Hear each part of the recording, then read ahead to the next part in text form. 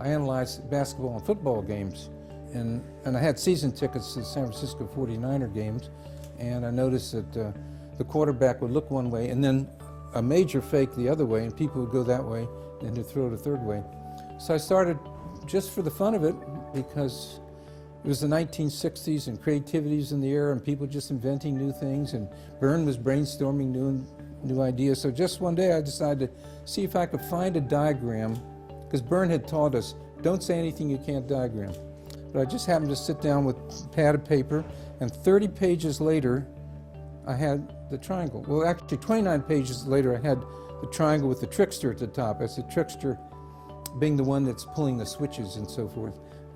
Or in basketball, it's the coach who's making the plays, or in football.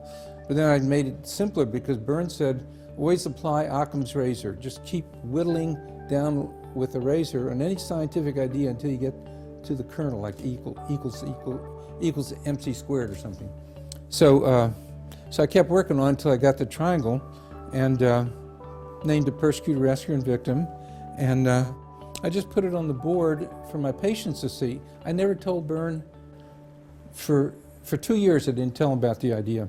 And when I showed it to him, he said, oh, write that up. People will be quoting you for 200 years.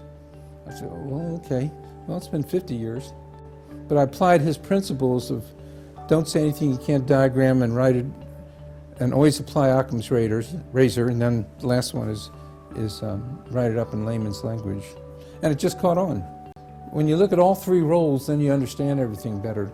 But most people use a triangle just as the rescuer to victim. You get caught in a situation where a rescuer winds up saving the victim and actually being a martyr and sacrificing a lot by taking care of somebody. But that's just what you see on the surface, which is important. That's the way everyone uses it.